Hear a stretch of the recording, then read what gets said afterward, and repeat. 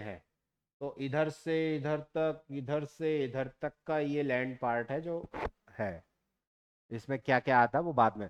ओशिनियाई continent के नाम से जाना जाता है, ओशनियाई कंट्रीज के नाम से जाना जाता है इन देशों को। सामुद्र सामुद्रिक देश या सामुद्रीय देश। ठीक है ना। फिर आता है नॉर्थ अमेरिका। आजकल कनाडा को मिलाने की कह रहा था वो, कनाडा को 51वां बनाऊंगा अपना। ठीक है ना। ये हो गया नॉर्थ अमेरिका।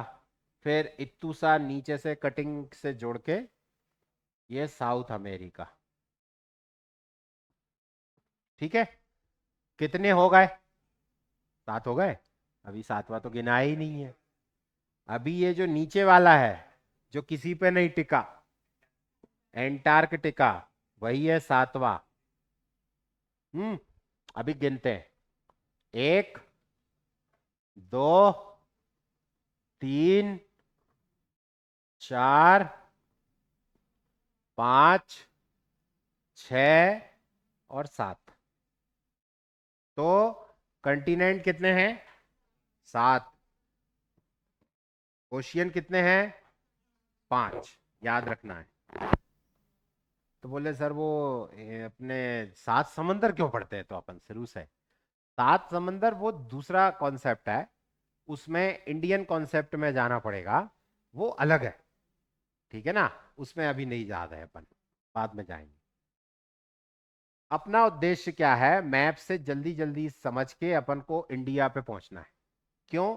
क्योंकि वर्ल्ड वाला ऐसा अपने सिलेबस का पार्ट नहीं है। नहीं तो पहले पार्ट हुआ करता था ये। तो बात आ रही है, तो हमारे महाद्वीप जो हैं वो आपके वे स्थान हैं जो कि समुद्र के बीच में या जल क्षेत्र के बीच में स्थित भूखंड हैं, और उन पर मनुष्य का या अन्य प्रकार की स्थलाकृतियों का दिखाई देना हमें संभव हो पाता है, जो कि जल में डूबे हुए नहीं है, जल से उभरे हुए भाग हैं। ठीक है ना। तो बात आती है कि जब आप वाटर बॉडी की बात करते हैं तो ओवरऑल एक ही पानी है, अलग अलग नहीं है। लेकिन कंटिनेंट जो है वो भी वो भी अलग अलग नहीं है। ऊपर से अलग अलग दिखाई देते हैं, अंदर से कभी एक सेम, एक जैसे हुआ करते थे। तो बोले एक जैसे हुआ करते थे का मतलब क्या है? एक जैसे हुआ करते थे का मतलब यह है कि कभी सब कुछ एक जैसा ही था। चलो, तो सब कुछ एक जैसा था का मतलब क्या होता है वो मैं आपको बता देता हूं।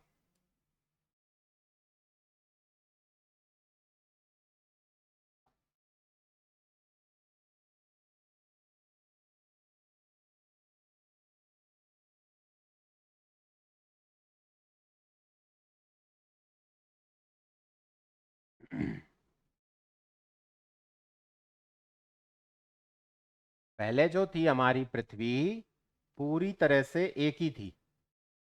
इसको सुपर कॉन्टिनेंट के नाम से जाना जाता है। इसको बोलते हैं हम पेंजिया। हिंदी में भी यही नाम है।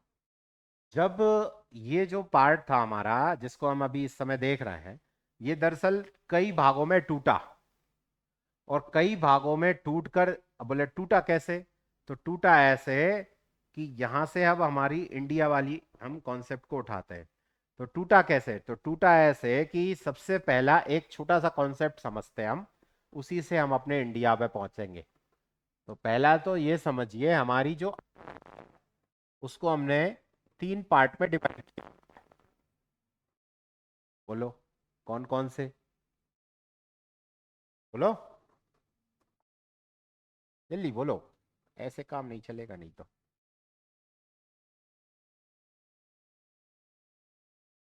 हाँ, क्या बोलेंगे? कुछ तो बोलो, कुछ तो बोल। नहीं पता? ऐसे कैसे? तुम तो बोल रहे थे पढ़िए थोड़ी थोड़ी। सबसे पहले अर्थ क्रस्ट। हाय हाय, आ गया याद।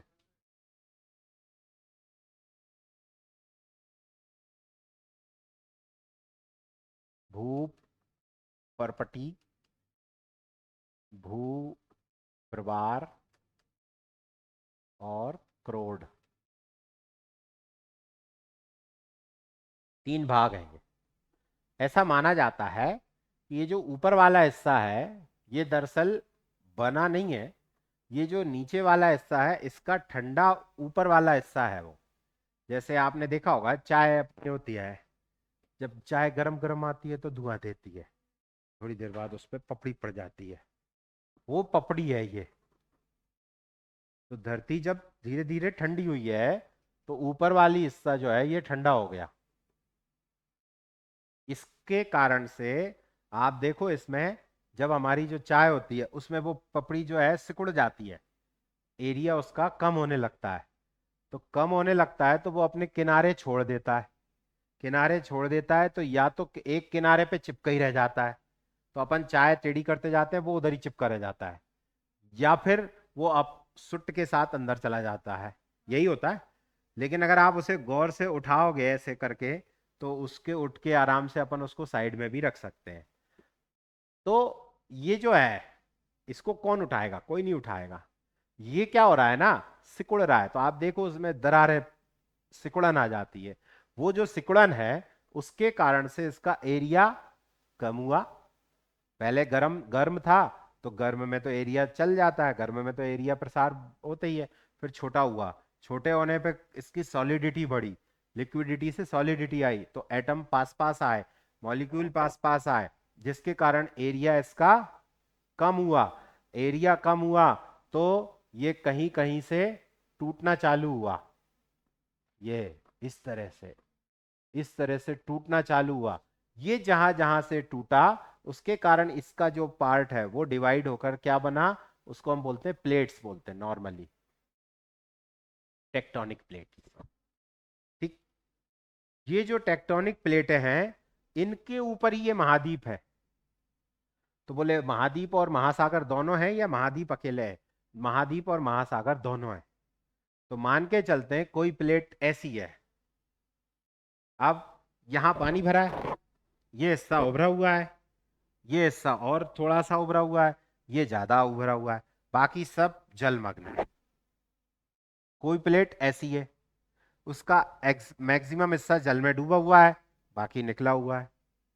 कोई प्लेट ऐसी है, कुछ भी है, मतलब मैं आपको अपने हाथ से बता रहा हूं, ये दरअसल ऐसी है, जिगजैग है ना। अपने नॉर्मल मस्तिष्क में आप इस चीज को समझ लीजिए। तो ये जो हिस्सा है ये कौन सा हिस्सा है, ऊपर वाला, इसमें क्या डिवाइडेशन हुआ, प्लेट्स के रूप में बटा। वो जो बटे बटे की प्रक्रिया है, वो बटे की प्रक्रिया यहां से घटी। तो ये जो पहला एक मटेरियल था, एक जैसा था, उसको बोला पेंजिया। क्या बोला, पेंजिया। और फिर जब ये दो पार्ट में डिवाइड हुआ, यहां से ये दो पार्ट में डिवाइड हुआ, तो ऊपर वाला जो हिस्सा था उसको क्या बोला, अंगारा लैंड, हिंदी में बोल दिया अंगारा, और नीचे वाला गोंडवाना। इंग्लिश में इसको भी गोंडवाना ही कहते हैं, ऊपर वाले को बोलते हैं लॉरेशिया, है ना। तो ये दो पार्ट में डिवाइड हो गया। अब दो पार्ट में जो डिवाइड हुआ, तो ध्यान देने वाली बात है, यूरोप और एशिया, यूरेशिया, ठीक है, नॉर्थ अमेरिका, ये वाला हिस्सा ऊपर चला गया। उसके नीचे जो है Africa, south America, Antarctica, Australia, ये आ गया। फिर हम जो थे वो इससे जुड़े हुए थे, अफ्रीका वाले हिस्से से, हम इधर से फिर इधर चलना चालू हुए, ये इस तरह से, और हम जाके कहां जुड़ गए, इधर पे। ये कब तब तक वहां इधर पहुंच चुका था ये। तो इस तरह से यात्रा हुई है, लंबी चौड़ी। ओवरऑल अगर हम देखें तो हम यहाँ के निवासी नहीं है, हम कहां से आए, गोंडवाना लैंड से। तो ये क्वेश्चन आता है कि भारत किस लैंड का पार्ट है, तो Bharat is a part of Gondwana land, Gondwana भूमि का हिस्सा है। जबकि जब हम अपना वो पढ़ते हैं, rock system, Archean rock, Gondwana rock, Dharwar rock, ETC, जो क्रम से पढ़ते हैं, उसमें जब हम देखते हैं तो गोंडवाना लैंड वाला वो गोंडवाना रॉक सिस्टम जो आता है वो कोयले के लिए आंसर आता है। आता है? नहीं आता, भूल गए, पढ़ा ही नहीं। कुछ तो बोलो। शून्य। चलो छह, खैर छोड़ो। गोंडवाना शब्द तीन जगह यूज होगा। एक ये है, ठीक है, जो कि अभी यूज हो रही है। तो भारत किसका भाग है? गोंडवाना लैंड का। क्यों? क्योंकि फिर आपको ये बताना पड़ेगा। ठीक है, चलो आगे चलते हैं। इधर कुछ कुछ पूछना?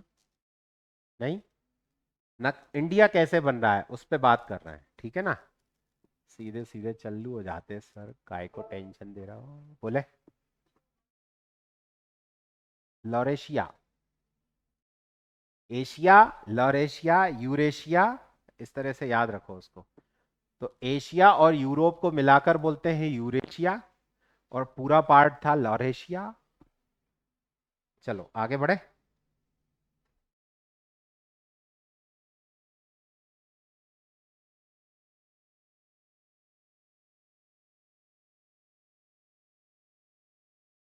ये देखो, एक और मैप है यहां पर।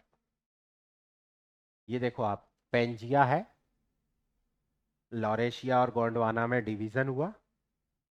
फिर उसके बाद ये कॉन्टिनेंट जो है धीरे धीरे अलग अलग होने लगे। फिर ये वर्तमान स्वरूप में आ रहा है पूरी तरह से। फिर आज का स्वरूप ये रहा। ठीक है। तो जुरासिक से हमारे वर्तमान महाद्वीपों का जो है रूप हमें दिखाई देने चालू हो गया था जुरासिक टाइम से। हाँ, वही डायनासोर वाला। ठीक है ना। तो ये ध्यान रखेंगे, लॉरेशिया, गोंडवाना। अब बात आती है, ये जो वाटर पार्ट था उसका नाम भी तो कुछ होगा। ये तो पेंजिया है, ये क्या था? तो इसको हमने बोल दिया टेथिस सी। तो हमारा जो हिमालय के लिए कॉन्सेप्ट आता है उसमें यही आता है कि ये आपने जो हिमालय बना वो कैसे क्या बन गया। उसमें तो बोलते हैं कि जब इंडिया यहाँ से ये जा रहा है, ये देखो ये जा रहा है, ये जा रहा है इंडिया। ओ ओ, कहाँ चला गया? नहीं, धीरे से जाओ। हाँ, ये वाला ऐसा जा रहा है, ये टूट के अलग हो रहा है। फिर ये आगे बढ़ा, इसने इधर की यात्रा चालू करी। फिर ये जा रहा आगे, ये यहाँ पहुंचा। फिर जब ये इधर जा रहा था, इसके बाद में यहाँ पर जैसे ही पहुंचा, तो इसका जो मटेरियल था इस ओशियन का, वही हिमालय के रूप में हमें आज की तारीख में दिखाई दे रहा है। बोले पानी नहीं, पानी नहीं, मटेरियल नीचे वाला। तो इसने, इस प्लेट ने, इंडियाना प्लेट ने, तो बोले इंडियाना प्लेट कौन सी है? तो देखो आप गौर से, इंडियन प्लेट जो है वो ये दोनों चीजें एक साथ चल रही है यहां पर। बोले ये दोनों मतलब इंडिया और ऑस्ट्रेलिया सेम प्लेट पर है। मतलब अगर हम ज्योग्राफिकली देखें, टेरेस्ट्रियली देखें हम, तो ऑस्ट्रेलिया और इंडिया भाई भाई, और चीन मिसमैच। चीन इसलिए तो कहता है ये वाला हमारा पार्ट है, तुम वापस जाओ यहाँ से। क्यों? तो तुम यहाँ है ही नहीं थे तुम। तो वो काराकोरम वाली जो रेंज है, वहां से इंडिया अलग होता है। तो वहां वो चीन आके अपना कब्जा जमाता, बोले ये तुम्हारा कभी था ही नहीं, ये और वो फलाना ठिकाना। इस तरह की वो थोड़ी सी बात आती है। बात समझ गए? क्लियर है? आगे बढ़े। तो ये जो पार्ट था यही हिमालय को जनरेट कर रहा था। तो आप इंडिया बना लिया अपन ने। ये देखो आप, अलग अलग नक्शे के रूप में दिखाते हैं लोग। कोई फिजिकल में कैसा दिखाता है, कोई कैसा दिखाता है। दिखाने का, प्रेजेंटेशन करने का तरीका अलग अलग है, लेकिन कॉन्सेप्ट मैंने आपको बता दिया है। क्लियर है सभी को? चलिए अब इंडिया मैप पे चलते हैं अपन। नीचे आ जा।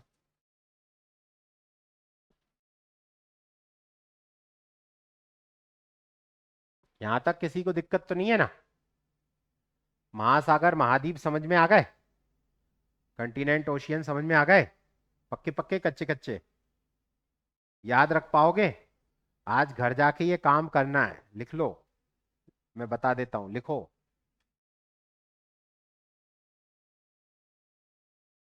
जो जो अभी हमने किया है वो पूरा कॉन्सेप्ट आपको लिख के लाना है। सबसे पहले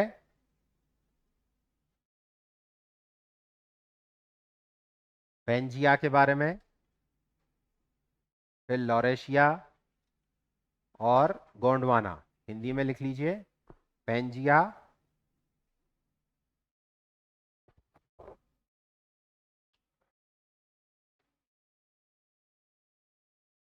अंगारा और गोंडवाना।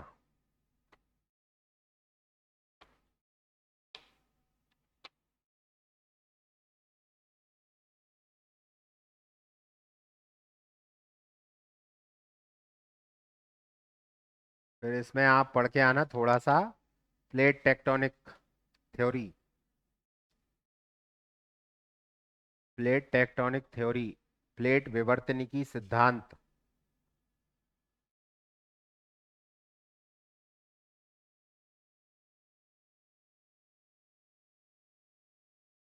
और कॉन्टिनेंटल ड्रिफ्ट थ्योरी, महाद्वीपीय विस्थापन सिद्धांत।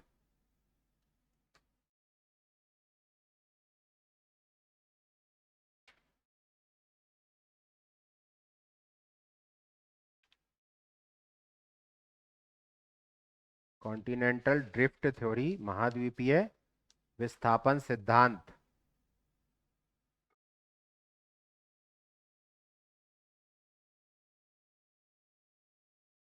हो गया?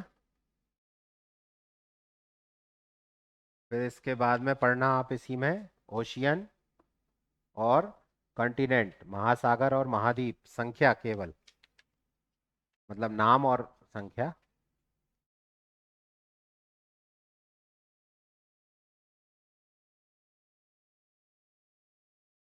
सॉरी, वो पेंजिया गोंडवाना वो लिखा था, उसमें दो शब्द और लिख लीजिए उसी के साथ में। एक लिखिए पैंथालासा, पैंथालासा और टेथिस सागर। पैंथालासा सी और Tethys sea.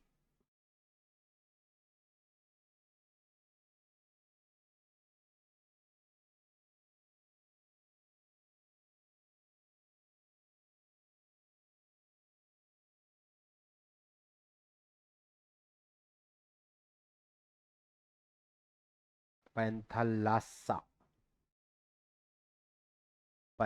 Tethys, Tethys. Tethys का हिंदी आज तक तो देखा नहीं मैंने, तुम बोलती हो तो देख लेते हैं। जबरदस्ती तो ना करो।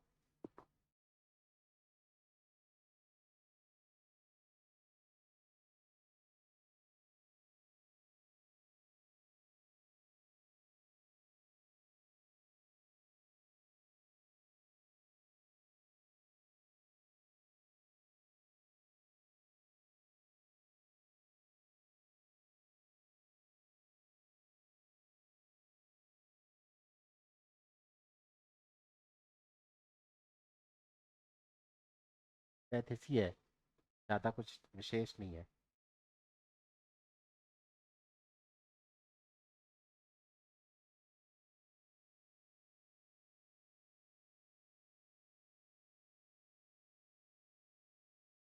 ठीक है, नेक्स्ट।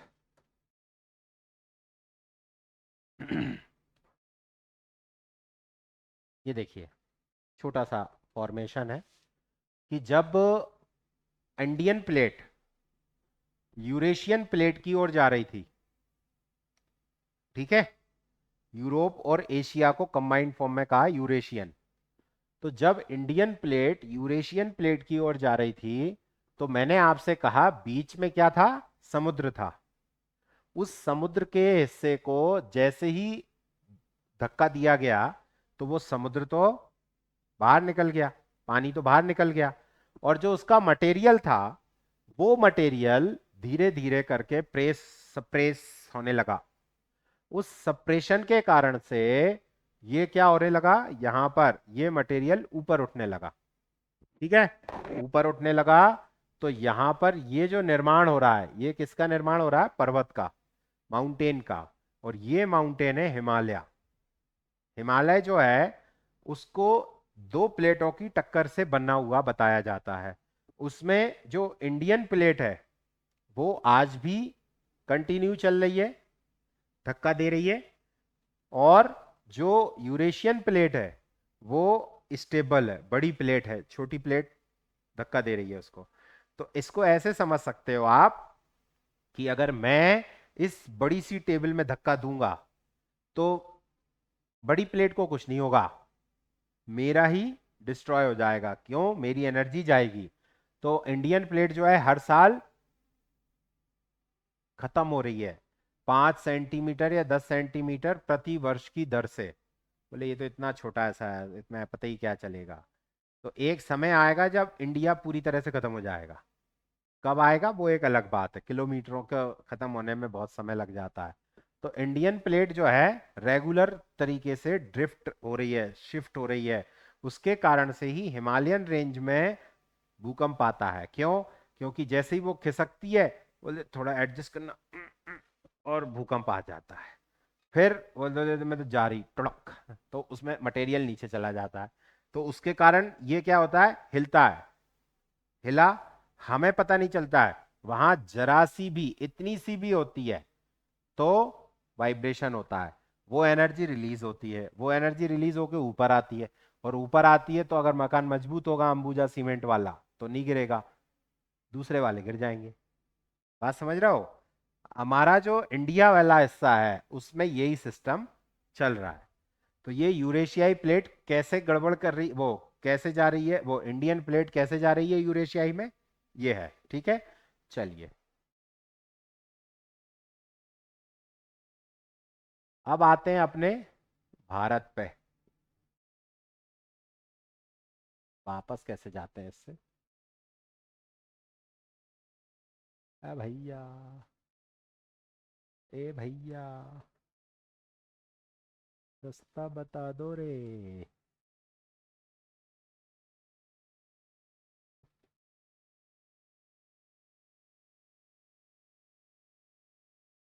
नहीं, गलत जगह आ गए।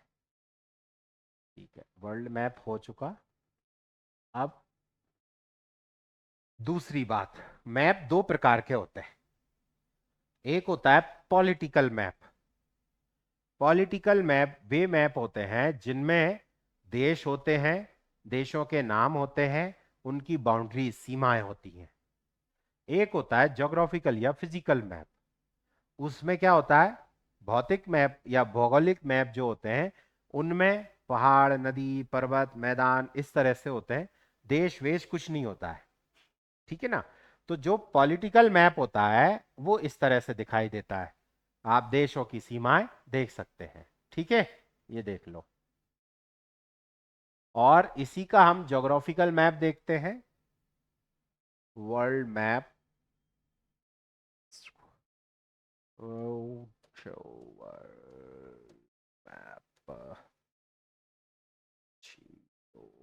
Map,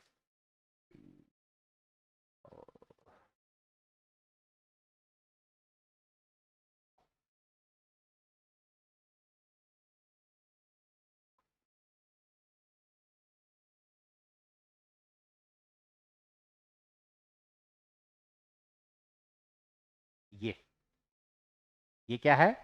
geographical. बोलेंगे इसमें क्या दिखाई दे रहा है? इसमें आप देख सकते हैं जो हाइट है, ऊंचाई है, वो डार्क ब्राउन कलर में है। और जो समतल है, प्लेन है, वो ग्रीन कलर में है। ग्रीन का मतलब ये मत समझिएगा कि यहां पर जंगल है। ठीक, ग्रीन का मतलब है प्लेन, समतल, मैदान। और ब्राउन वाला हिस्सा जो है वो है हाइट, डार्क, डार्क ब्राउन ज्यादा हाइट, कम ब्राउन कम हाइट, ऐसे याद रखिएगा। ठीक है ना? ये बात याद रखेंगे। तो ये क्या है? ज्योग्राफिकल मैप है। इसमें आपको क्या दिखाई देगा? केवल समतल भूमि दिखाई देगी, ऊंची भूमि दिखाई देगी, नदियां दिखाई देंगी। बोले इसमें तो कुछ भी दिखाई नहीं दे रहा है सर। दिखेगा, अभी थोड़ी देर बाद, रुक जाओ। बाकी ओशियन दिखाई देगा इसमें, ओशियन में भी same, dark blue, deep, light blue, shallow. किनारे पर हल्का रंग दिखाई देगा और बीच में गहरा रंग दिखाई देगा। पॉलिटिकल में बॉर्डर दिखाई देंगी, देशों के नाम दिखाई देंगे, देशों की सीमाएं दिखाई देंगी, राजधानियां दिखाई देंगी। क्लियर है? चलिए,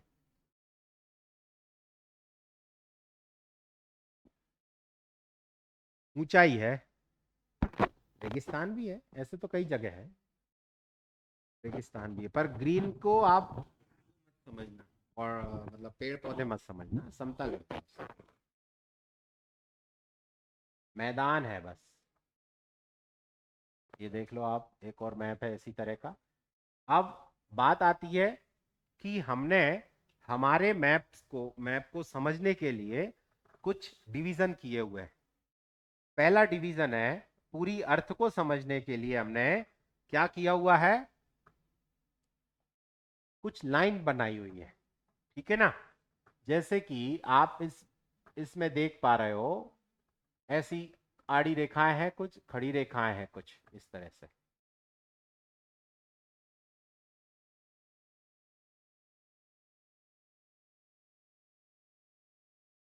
इस तरह से, ठीक। तो जो आपकी ऊर्ध्वाधर रेखाएं हैं, कहां से कहां तक चलेंगी वो? नॉर्थ पोल से साउथ पोल। इसको आप ऐसे समझेंगे, देखो ये बेसिक कॉन्सेप्ट है बेटा, अगर ये समझ में आ गया ना तो फिर मैप पढ़ना आसान हो जाएगा, है ना? इसलिए थोड़ा सा कॉन्सेप्ट पे ध्यान देना।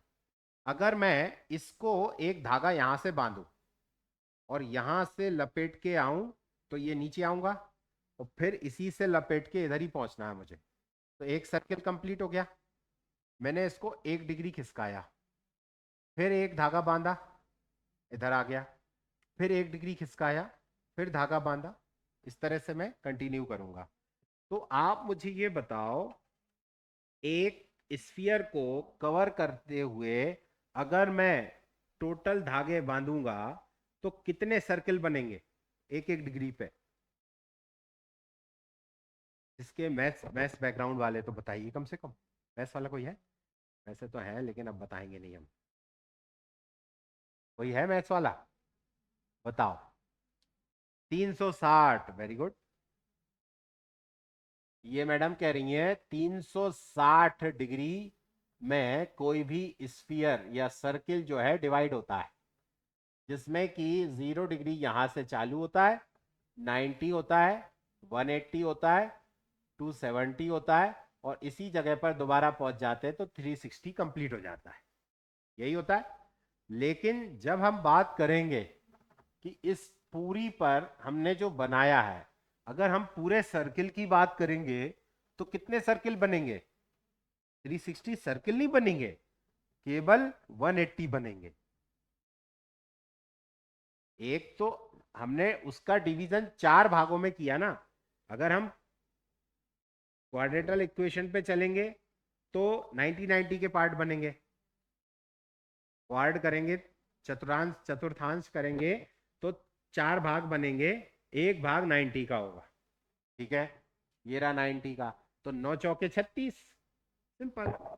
तो अभी हमारे पास पूरे भाग को कवर करना है ना, तो एक भाग तो उसको भी कवर कर रहा है, यानी कि एक धागे से हम 2 कवर कर रहे हैं, 2 डिग्री कवर हो जाती है, तो इस तरह से आधा रह जाएगा, 180 सर्किल बन पाएंगे ओवरऑल।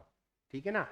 अब दूसरी बात, अगर 1 1 डिग्री से इक्वेटर से चालू करें और ऊपर 90 डिग्री तक जाएं 1 1 डिग्री से, तो कितने सर्किल बनेंगे?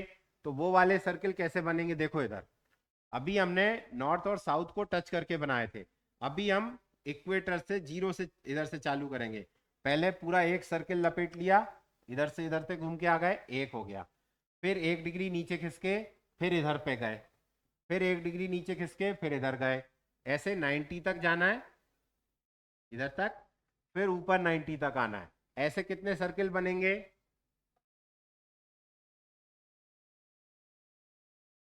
बताओ।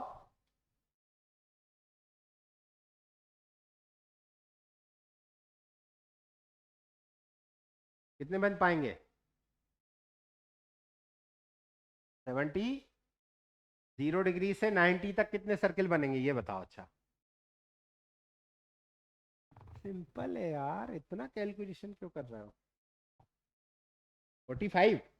हे प्रभु, अरे ये रहा 0 डिग्री, इधर से एक एक डिग्री के जाएंगे तो 90 तक कितने में आएंगे? 90 आएंगे पक्का? बोलो। फिर इधर से 0 से 90 तक जाएंगे तो 90 आएंगे, पर 0 तो एक बार गिन लिया।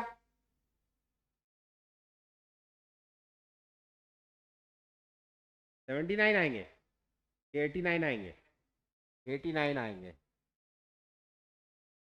तुम जानो। अच्छा, टोटल 179। आप दूसरी कॉन्सेप्ट सुनो। ये जो पोल है ना, ये सर्किल नहीं है, डॉट है, इसलिए इन दोनों को छोड़ दो। तो 89 और 89 हो गए, आया ना? पक्का? अच्छा, 0 डिग्री को गिनना है कि नहीं? एक बार गिनना है। अभी एक से चालू करे थे तो 89 थे ना, अभी 0 डिग्री को भी प्लस कर दिया, यानी कि एक सर्किल और जुड़ गया। अब कितने हो गए?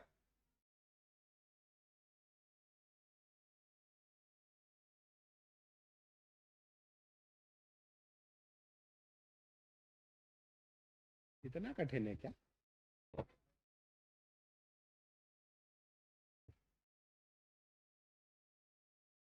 मैं पूछ रहा हूं, अगर 1 डिग्री से 90 डिग्री तक जाओगे तो कितने सर्किल बनेंगे? तो आपने कहा 90, तो मैंने कहा जो 90 डिग्री वाला है वो डॉट है, उसको सर्किल नहीं मानते, हटा दिया।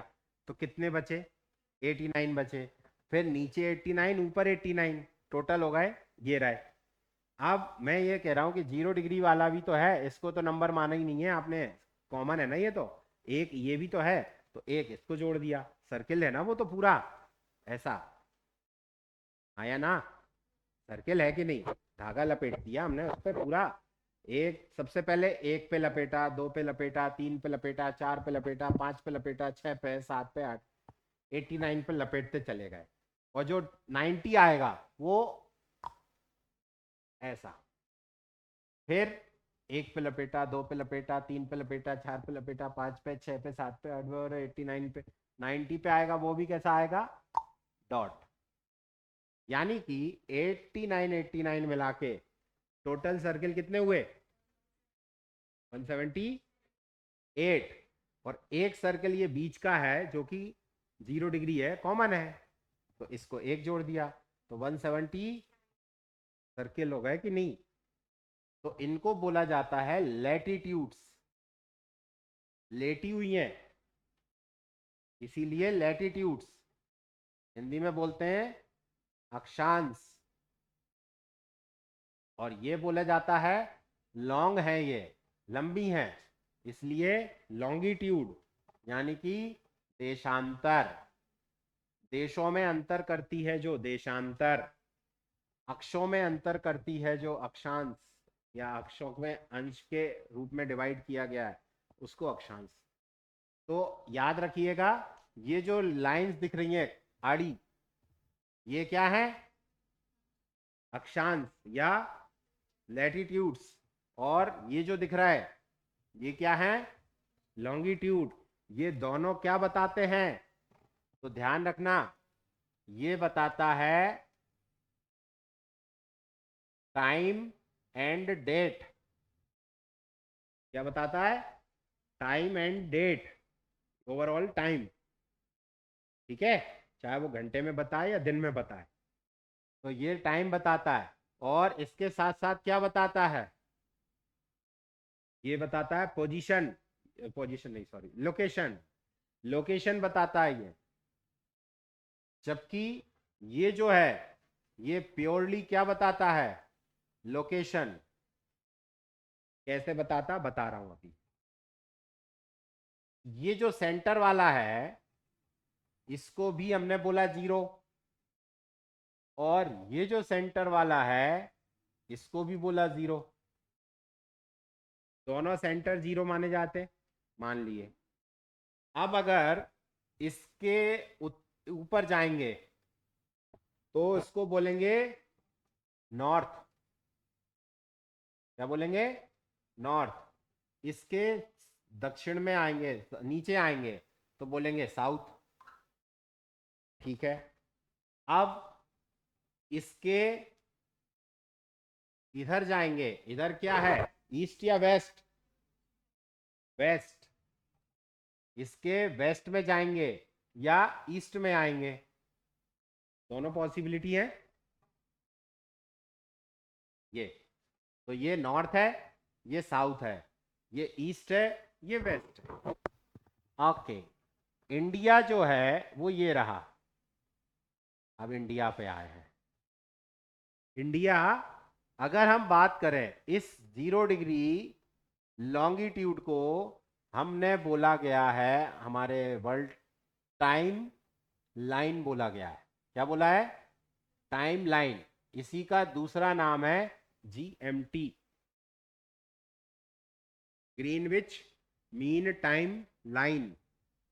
ये है सेंटर, कहाँ है? लंदन, ग्रीनविच से। इसीलिए इसका नाम हो गया ग्रीनविच मीन टाइम। बोले कौन सा है ये? बोले लाइन नहीं, लाइन नहीं है टाइम। इस पे ऐसा माना जाता है कि इसी लाइन को बेस बनाकर आप अपना टाइम सेट कर लो। यानी कि जब ये वाली लाइन सन के बिल्कुल परपेंडिकुलर होगी, उस समय यहां जितने बज रहे होंगे उतना मान के चलो कि ये इस समय का यहाँ का मेन टाइम है, मीन टाइम है। इसी के आधार पे आप तय करो आपके यहाँ कितने बज रहे हैं। ऐसा। तो हम कितना आगे हैं, तो हम इससे, इस ग्रीनविच मीन टाइम से ईस्ट में है, एक बात, और इक्वेटर से नॉर्थ में है, दूसरी बात। इसी को जब हम बात करते हैं कि इंडिया का जो साउथ है वो और नॉर्थ है वो, ये दो अलग अलग लैटिट्यूड, अक्षांश हैं। जबकि इंडिया का गुजरात वाला हिस्सा जो है और अरुणाचल वाला हिस्सा जो है, ये दो अलग अलग लॉन्गिट्यूड हैं। तो जब आप लॉन्गिट्यूड देखोगे तो उसमें आपको लिखा मिलेगा ईस्ट या वेस्ट। इंडिया के केस में मिलेगा ईस्ट। ठीक है। और जब आप ये लैटिट्यूड देखोगे तब आपको मिलेगा नॉर्थ या साउथ। इंडिया के केस में मिलेगा नॉर्थ। तो एमपी के केस में क्या मिलेगा? क्या मिलेगा? अगर इंडिया के रेस्पेक्ट में नॉर्थ और ईस्ट मिल रहा है तो एमपी के केस में क्या मिलेगा? वेस्ट और साउथ। बस यही तो मूर्खता है तुम्हारी, इंडिया के अंदर ही तो है। गजब ही करते हो, हद है। समझ नहीं आया? कितना आसान था। ये 0 डिग्री लाइन है, ये 0 डिग्री लाइन है। मैथ्स पढ़ा है? एक्स एक्सिस वाई एक्सिस, इसके नॉर्थ में है ना हम। ये रहा इंडिया। बोले इंडिया दिख ही नहीं रहा हमें तो। दिख रहा है कि नहीं सबको? ये इंडिया है, ये नॉर्थ में है हम, और इधर से ईस्ट में है हम। सिंपल। तो 0 degree time line, date time line के नॉर्थ में है। तो हम कितना आगे हैं इससे? 5.5 घंटे आगे। यानी कि जब यहाँ पर दोपहर के बिल्कुल परपेंडिकुलर वाली स्थिति बनती है, तब हम उसकी रेस्पेक्ट में 5.5 घंटे आगे होते हैं। ऐसे याद रखो। और इधर से कितना है? तो ये जो डिग्री है, इधर साउथ वाली जो डिग्री हमें मिलती है, अंडमान निकोबार वाली अलग और कन्याकुमारी वाली अलग, वो कितनी कितनी है? 8 डिग्री और 7 डिग्री। उतना आगे है, मतलब इक्वेटर से हम 7 डिग्री के अंतर पे हैं, 8 डिग्री के अंतर पे हैं बस। कहाँ तक है? 36 तक। बोले ये डिग्री जो है ये तो बढ़ गई। 1 डिग्री लगभग कितने किलोमीटर की होती है? तो 110 किलोमीटर अप्रोक्स। समझ रहे हो? 110 किलोमीटर अप्रोक्स। तो ये जो डिग्री वाली बात है, समझ में आई कि नहीं आई? पहले तो ये बता, क्योंकि ये अपन को याद करना है अभी अंदर। पकड़ में आई? कितनों के नहीं आई? ईमानदारी से बताओ, भी नहीं है। डायरेक्शन समझ में आ रही कि नहीं है बताओ, नॉर्थ ईस्ट वेस्ट साउथ समझ में आ रहा है ना, बस वो ही करना और कुछ नहीं करना है। इस 0 डिग्री के इधर जाओगे तो ईस्ट है, इधर जाओगे तो वेस्ट है। अभी देखो, अभी समझ में आएगा।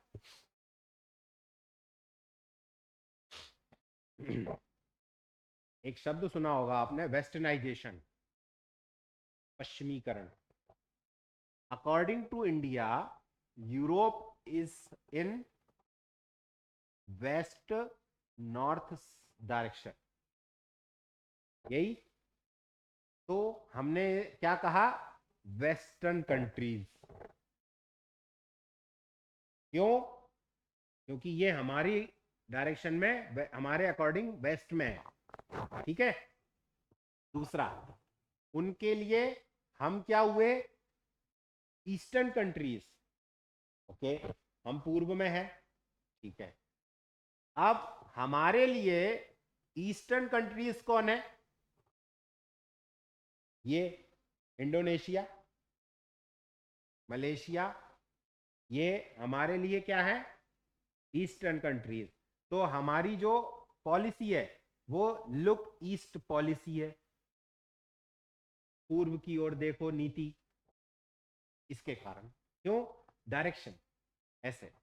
अभी देखो, ये क्या है, नॉर्थ अमेरिका, ये क्या है, साउथ अमेरिका। तो नॉर्थ क्यों कहा, क्योंकि 0 डिग्री के ऊपर है तो नॉर्थ में है। ये क्या है, साउथ में। बोले नॉर्थ ईस्ट साउथ वेस्ट क्या है ये, तो देखो इसको ऐसे समझ लो, हमने अर्थ को 4 भागों में डिवाइड कर लिया है। ये नॉर्थ हेमिस्फीयर, बोले हेमिस्फीयर बोले तो हमारी पृथ्वी का आधा हिस्सा हेमिस्फीयर है, गोलार्ध। तो नॉर्दर्न हेमिस्फीयर मतलब उत्तरी गोलार्ध, गोले का आधा हिस्सा। फिर सदर्न हेमिस्फीयर, दक्षिणी गोलार्ध। फिर वेस्टर्न हेमिस्फीयर, पश्चिमी गोलार्ध। और ईस्टर्न हेमिस्फीयर, पूर्वी गोलार्ध। याद हो गया, क्लियर है। तो ईस्ट कहां पर है, हमेशा ध्यान रखना, सूर्य यहां पर है।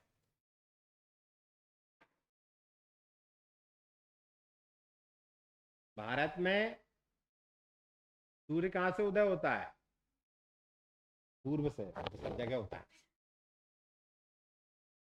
मध्य प्रदेश में का बैतूल से चालू होता है।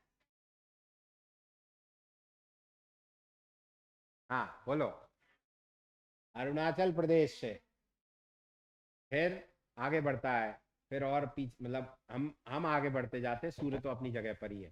तो हम आगे कैसे बढ़ते हैं, मान लीजिए सूर्य यहाँ पर है, अब ये हिस्सा सूर्य के बिल्कुल कहां पर है, सामने। तो इस पर परपेंडिकुलर कंडीशन आ रही है, मतलब दोपहर के चकाचक 12-1 जो भी सेंटर टाइम है उसका, दोपहर का, दोपहर मतलब जो भी दिन का मीन टाइम है, सेंटर टाइम है, वो आ रहा है। परपेंडिकुलर कंडीशन का मतलब ये होता है। तो परपेंडिकुलर कंडीशन का मतलब ये होता है, इसका अर्थ है अगर इतने बजे सूर्य हमारे परपेंडिकुलर है तो ठीक इतने से आधे समय पहले तक जो गुजर चुका है उसी के जस्ट बाद तक जो आएगा उसमें डूब जाएगा। बात समझ में आ गई कि नहीं, मतलब आधा निकल चुका और आधा बचा हुआ है, सिंपल। तो अब जैसे घूमता हुआ आ रहा है, अब मान लो कोई यहां से आ रहा है घूमता हुआ, वो यहाँ पे आएगा। तो अभी यहाँ पर अगर आपका कोई दूसरा भाग है, जापान है मान लो, तो जापान ने क्या देख लिया, सूरज पहले देख लिया। अभी धीरे धीरे आ रहा है इंडिया, फिर इंडिया बाद में देखेगा। फिर इंडिया के पीछे कौन है, पाकिस्तान, पाकिस्तान बाद में देखेगा। फिर उसके पीछे कौन है, ईरान, ईरान बाद में देखेगा। यानी कि जब हम सूर्योदय की बात कर रहे होंगे तो सब अपना अपना डिस्टेंस से देखते चले जाएंगे। जब तक हम यहाँ पहुंचेंगे तब तक दूसरा देश आ जाएगा। फिर हम यहाँ पहुंचेंगे, हम अब हमारे यहाँ इवनिंग इवनिंग टाइम होने लगा, जबकि कुछ देश हैं, अभी अमेरिका वाला हिस्सा आ गया, हमारे यहाँ रात होने वाली है, उधर अमेरिका अभी दिन ही देख रहा है। वो ऐसे घूमता चल रहा है, सिस्टम ऐसे चल रहा है। आई पकड़ में। तो जब हमारे यहाँ रात के 12 बजते हैं तो अमेरिका में दिन के 12 बजते हैं, यही है। जब हमारे यहाँ दिन के 12 बजते हैं उनके यहाँ रात के 12 बजते हैं। अगर आप यहाँ के बंदे को रात के 12 बजे फोन लगाओ, और भैया सो गए? अरे सोए मोए कहाँ, भी जा रहे हैं ऑफिस, भैया ऑफिस में बैठे। क्यों? वो दिन के 11 बजे का आनंद लेगा। ठीक है। जबकि इधर वाले के हिसाब से, इधर वाले के हिसाब से क्या हो रहा है? रात नहीं, सुबह होने वाली है, अर्ली मॉर्निंग। क्यों? क्योंकि वो तो रात का 11 बज रहा है, उसके लिए तो जस्ट हाफ हो गया, उसका जस्ट हाफ उसके अपोजिट होगा। ठीक। तो अगर मान के चलते हैं, इसको हमने 11 डिग्री पे नाम दे रखा है, और ये मान के चलते हैं हमारा 179 डिग्री है, तो 179 का जस्ट अपोजिट क्या होगा? उस पे ठीक उतना ही अपोजिट टाइम हो रहा होगा। क्यों? क्योंकि जो हिस्सा आपका ये वाला सामने है, तो इसी का जस्ट अपोजिट पीछे होगा। सिंपल। वही डिग्री, वही डिग्री उसका अपोजिट होगा। ये बात समझ में आएगी नहीं आई? क्लियर है? चलो आगे बढ़ते।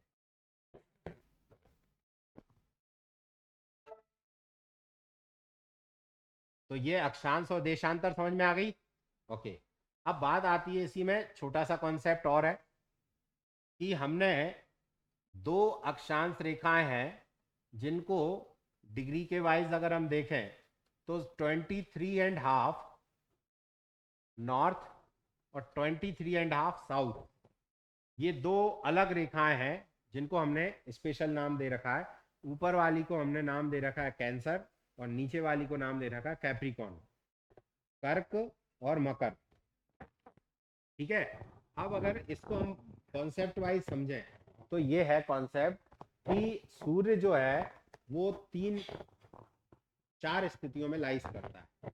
चार स्थितियां कौन कौन सी होती है सूर्य की, देखो मैं आपको बताता हूँ। एक अजूम करके चलते हैं कि सूर्य यहाँ कहीं पर है, सेंटर है। अब मैंने माना ये मेरा अभी की पोजीशन है। ठीक है। इस पोजीशन में क्या हो रहा है?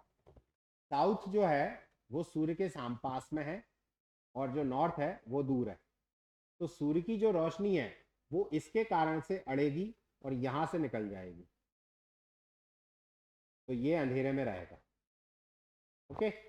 ये जो टिल्डनेस है, यहां तक तो मिलेगा सूर्य को प्रकाश, इसके नीचे मिलेगा और इधर ज्यादा मिलेगा।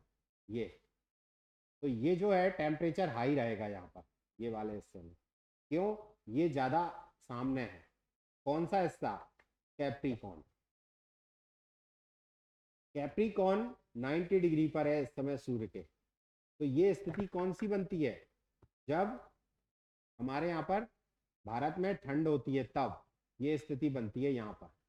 यानी कि ऑस्ट्रेलिया वाले रीजन में टेम्परेचर हाई होता है, गर्मी होती है, साउथ अमेरिका वाले रीजन।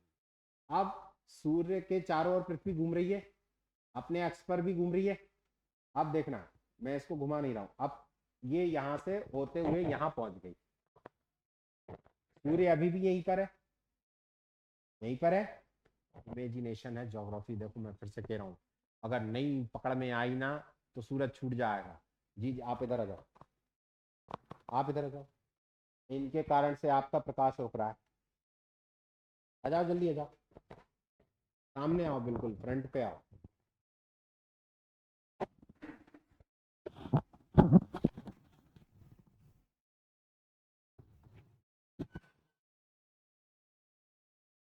ओके। अब ये क्या कंडीशन बनी? ये इधर पे था पास, ये था दूर, अभी यहां पर आ गए। यहां जो कंडीशन बन रही है वो क्या है? ना तो ये दूर है ना ये दूर है, दोनों पास में है। तो ये जो बीच वाली रेखा है इस पे परपेंडिकुलर हो गया, इस पे परपेंडिकुलर हो गया, और एक इन दोनों पे इक्वल हो गया। अब कंडीशन तीसरी, ये सूर्य कहां पर है? यहां पर। अभी क्या हो रहा है? नॉर्थ पोल सामने है, साउथ पोल पीछे दुख गया। तो साउथ पोल पे रेज कम जाएगी, यानी कि अब यहां पर अंधेरा और यहां पर उजाला ज्यादा। तो कितनी कितनी रेखा पर? 23.5 नॉर्थ तक 90 डिग्री परपेंडिकुलर सूर्य रहेगा। फिर इधर आया, इधर की कंडीशन है दोनों जगह बराबर, सब जगह बराबर। तो ये चार स्थितियां हैं जिनमें से दो सेम है। जब सूर्य आपके इक्वेटर पर होता है परपेंडिकुलर दोनों स्थितियों में, और नॉर्थ और साउथ पोल पे इक्वल रेस जा रही होती हैं, जबकि एक कंडीशन में नॉर्थ पे जा रही होती है और एक कंडीशन में साउथ पे जा रही होती है। यानी कि परपेंडिकुलरनेस जो है सूर्य की किरणों की, वो केवल और केवल 23.5 नॉर्थ और 23.5 साउथ पे। बोले ये क्यों है? वो मैंने आपको जो बताई थी शुरू में, ये इतनी टिल्डनेस जो है, यही उधर पे प्रॉब्लम वो हमारे लिए वो रक्षा कवच के काम में आती है, रक्षा कवच का काम करती है। बोले अगर इतना नहीं हो तो, इतना नहीं हो तो हमेशा सूर्य की किरणें एक जैसी रहेंगी। कहने का मतलब यह है कि जो ये वाला हिस्सा है, एक टाइम पे सूर्य की किरणें यहाँ पर ज्यादा होती हैं, तो दिन की लंबाई ज्यादा होती है, दिन का टेम्परेचर ज्यादा होता है, और एक टाइम पे यहाँ पर वही कंडीशन होती है। अपोजिट कंडीशन, अगर यहां दिन ज्यादा लंबा हो रहा होगा तो यहां दिन छोटा हो रहा होगा। अपोजिट कंडीशन, यहां दिन लंबा हो रहा होगा तो यहां दिन छोटा हो रहा होगा। क्लियर है? लेकिन आप ये देखिए कि ये जो दो स्थितियां हैं जहां पर 66.5 और 66.5, ये दिख नहीं रही होगी आपको लाइन, मैं बना दे रहा हूं इधर पे। ये अगर हम देखें गौर से तो 66.5 के उत्तर में हमेशा टेम्परेचर कम रहेगा, ठंडा रहेगा मौसम, क्योंकि सूर्य की किरणें वहां पर इस अर्थ के टिल्डनेस के कारण से या अर्थ के उभार के कारण से वहां जा नहीं पाती हैं। तो यहाँ जो हम बोलते हैं ना 6 महीने तक अंधेरा रहता है, वो 6 महीने का अंधेरा यही होता है कि जब ये घूम के इधर जा रहा होता है तो, और इधर आ रहा होता है, तो वो जो बीच का हिस्सा होता है जिसमें डार्कनेस ज्यादा होती है, तो उसके अगल बगल के जो 1 महीने होते हैं, 1 महीने हैवी और 1 महीने कम कम, तो सूर्य डूबता ही नहीं है। क्यों नहीं डूबता? क्योंकि वहां से सूर्य का आप देख ही नहीं पाते, पश्चिम आपको दिखाई नहीं देगा पश्चिम। क्यों? क्योंकि अगर मान लो सूर्य इस समय कहां पर है, यहां पर है, अब ये साउथ वाला बैठा है यहां पर, अब ये क्या हो रहा है, ये यहां से घूमना चालू करता है, तो देखो सूर्य किसको नहीं दिखेगा, इस इस उभार के कारण यहां वाले को नहीं दिखेगा, लेकिन इसको दिखेगा, इसको दिखता ही रहेगा। कब तक दिखेगा? अगले 3 महीने तक। फिर धीरे धीरे दिखना बंद होगा, और पूरी तरह से दिखना कब बंद हो जाएगा? जब ये इधर हो जाएगा पीछे। अब इस उभार के कारण से इसको नहीं दिखेगा, ऐसी होता है। तो इंडिया जो है वो कहां पर लाइस करता है? तो गौर करने वाली बात है, इंडिया जो है यहां पर लाइस करता है। ये तो कौन सी लाइन जाती है इंडिया से? कर्क रेखा, कैंसर लाइन। इसी को बोला जाता है 23.5 नॉर्थ लैटिट्यूड। कहां से जा रही है ये? इंडिया के बिल्कुल बीच से, और भोपाल से 11 किलोमीटर दूर। आप सांची जाओगे तो पड़ेगा आपको, एक पट्टी लिखी हुई है कर्क रेखा यहां से जाती है। करो, ट्रेन से जाते हैं तब भी एक पट्टी बना रखी है उन्होंने, दीवानगंज के आगे बना रखी है शायद। तो ये जरूर देख के आइए, आपको फील आएगा मैं 23.5 डिग्री पर हूं, ऐसा अच्छा लगता है। तो ये क्या है? ये जो है हमारे अर्थ को अगर हम देखें तो हमने किस रूप में डिवाइड किया हुआ है भैया? हमने उसको टेम्परेचर के आधार पे जोन में बांटा है। तो टेम्परेचर के आधार पे हमने जोन में बांटा है का मतलब ये हुआ कि टेम्परेचर जहां हमेशा एक जैसा रहता है उसको हमने एक नाम दे दिया, टेम्परेचर जहां दूसरी तरीके का रहता है वहां दूसरा नाम दे दिया, टेम्परेचर जहां हमेशा तीसरी तरीके का रहता है उसको तीसरा नाम दे दिया। फर्स्ट 23.5 सूर्य यहीं पर बीच में लाइस कर रहा है। टेम्परेचर हाई या लो? हाई। बढ़िया है भाई। यहां 6 महीने प्रॉब्लम, यहां 6 महीने प्रॉब्लम, और सूर्य आ भी जाए तो कैसा टेम्परेचर? लो।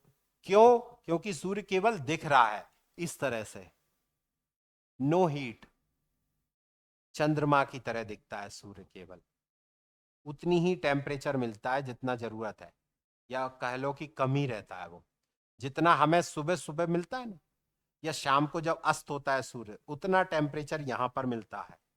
ये उसका मैक्सिमम है, ठीक है ना। तो ये जो कंडीशन है, ये टेम्परेचर लो, 66.5 और 90 डिग्री के बीच में। ओके, क्लियर है? ठीक है। अब ये जो बीच की स्थिति है, ये क्या है? तो इधर पे टेम्परेचर लो और टेम्परेचर हाई की स्थितियां बनी रहती हैं, ठीक। तो ध्यान दीजिए, हिंदी में नाम है इसका उष्ण।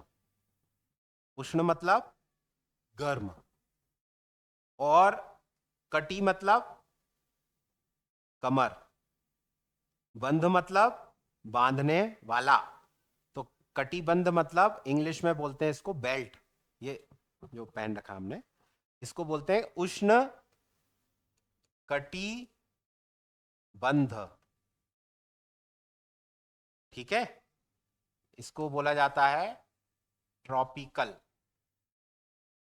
जोन या बेल्ट। दूसरा, टेम्परेचर डाउन, तो इसको बोला जाता है फ्रिजिड, यानी कि जमा हुआ है। वो आपने देखा होगा, वो पेंगुइन टिंग टिंग, वही वहां वाला है, ठीक है ना। टैगा टुंड्रा वाला है ये। इसको बोला जाता है ध्रुवीय या शीत कटिबंध। फिर ये जो बीच वाला है, इसको बोला जाता है शीत धन उष्ण, दोनों का मिक्सचर है ये, शीत धन उष्ण, यानी कि संधि बनेगी इसकी शीतोष्ण कटिबंध। इसको बोला जाता है टेम्परेट जोन या बेल्ट, ठीक है।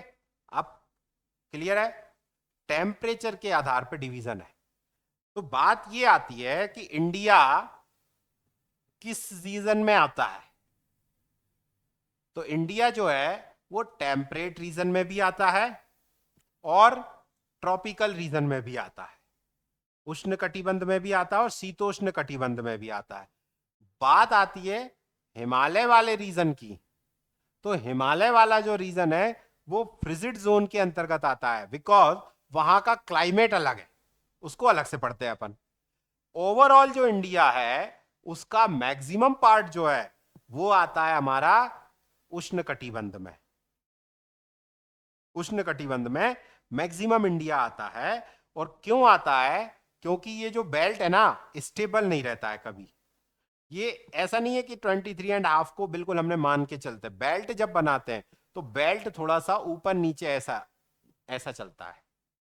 तो हमारा जो ये आपका इधर वाला रीजन है, दिल्ली के नीचे वाला जो रीजन है, इधर से लेके पूरा इंडिया, ये आता है आपका हमेशा ठंडे इलाकों में। तो दिल्ली में गर्मी पड़ सकती है, पंजाब में जम्मू कश्मीर में गर्मी नहीं पड़ती है, या यूं कह लो कि गर्मी का असर होता है लेकिन हमारे जैसी नहीं पड़ती है। लपट जिसे बोलते हैं, वो 23.5 के आसपास ही चलती है, ऊपर नहीं चलती। तो हमारे जो क्लाइमेट है उसको हम कैसी क्लाइमेट बोलते हैं? भारत की क्लाइमेट कैसी है? उष्ण कटिबंधीय है, ठीक है। और उसको क्या बोलते हैं? ट्रॉपिकल। और वन कैसे हैं? तो वन भी ट्रॉपिकल। उसमें जहां रेन ज्यादा होती है तो ट्रॉपिकल रेन फॉरेस्ट है, जहां रेन कम होती है तो ट्रॉपिकल सेमी डेसिडुअस है या सेमी मानसून वाले हैं, इस तरह से।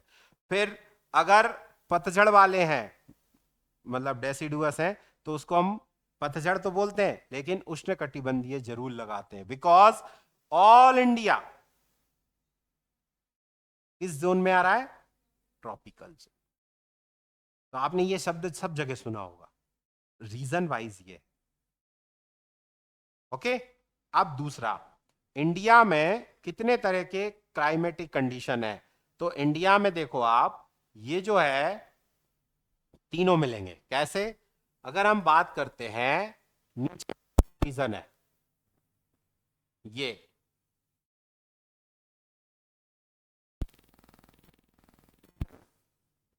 टेम्परेचर, रेगिस्तान, हाई तो है टेम्परेचर लेकिन ड्राई भी है भाई। दूसरा, यहां पर टेम्परेचर लो लेकिन ड्राई भी है। ठीक है, तो ये दोनों कंडीशन है, बताऊंगा बाद में।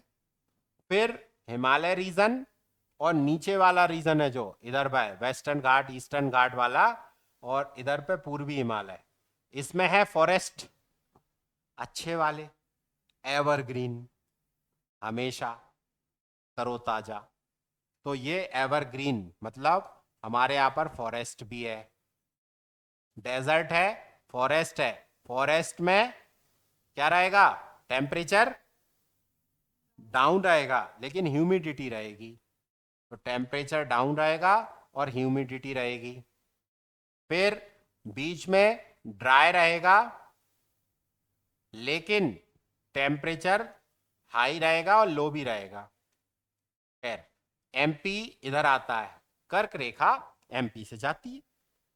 तो एमपी में आप देखोगे तो रतलाम नीमच वाला जो हिस्सा है वो इससे टच होता है, तो ड्राई है और टेम्परेचर हाई है। जबकि इधर जो साउथ वाला हिस्सा है, इधर पे सतपुड़ा के नीचे वाला हिस्सा, टेम्परेचर लो है, वेट ज्यादा है, नमी ज्यादा है, ह्यूमिडिटी ज्यादा है, और वर्षा वन मतलब वो वन अच्छे हैं, डेंसिटी ऑफ फॉरेस्ट ज्यादा है। क्यों? क्योंकि यहां पर नीचे है, ये इसके इक्वेटर के जस्ट नीचे, सतपुड़ा के कारण से। फिर ये जो बुंदेलखंड रीवा पन्ना वाला है, ये नॉर्मल है।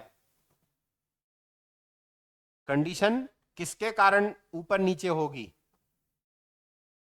टेम्परेचर बेल्ट के कारण। पकड़ में आ रहा है कि नहीं आ रहा? थोड़ा थोड़ा, कच्चा कच्चा, पक्का पक्का कुछ तो आ रहा होगा। आई? नहीं आई? उष्णकटिबंधीय शब्द पे बात कर रहा था मैं कि इंडिया में ये उष्णकटिबंधीय शब्द का प्रयोग क्यों किया जाता है। आप बोलेंगे सर चलो तो सही, एमपी में और उधर पे, अरे यहीं खत्म करना है सब कुछ। बोले क्यों? वो जो उधर समझेंगे ना हम, वो यहाँ कॉन्सेप्ट है। अगर ये कॉन्सेप्ट आज पकड़ में आ गया तो फिर नॉर्मल है, फिर तो बस ड्रॉ करना और काम चलाना है। नींद आ रही है? जोर से आ रही है? पानी पी लो, पी लो, पानी पियो, सब लोग पानी पी लो एक बार। मेरा पानी जाने का रख गया।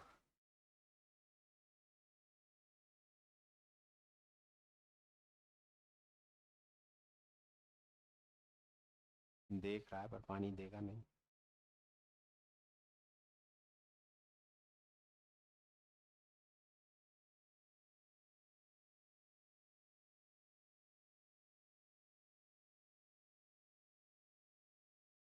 ओके, क्लियर है? अच्छा, कितनों के बिल्कुल ऊपर से जा रही है? बिल्कुल ऊपर से? ऐसी भी मत करो यार। कभी नहीं पढ़ी थी क्या ज्योग्राफी?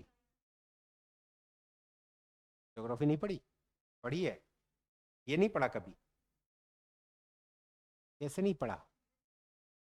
अरे ये कौन सा मैं अलग से पढ़ा रहा हूँ, ये तो सब लाइनें सब पहले ही पढ़ा देते हैं, सब लोग पढ़ा देते हैं ये तो।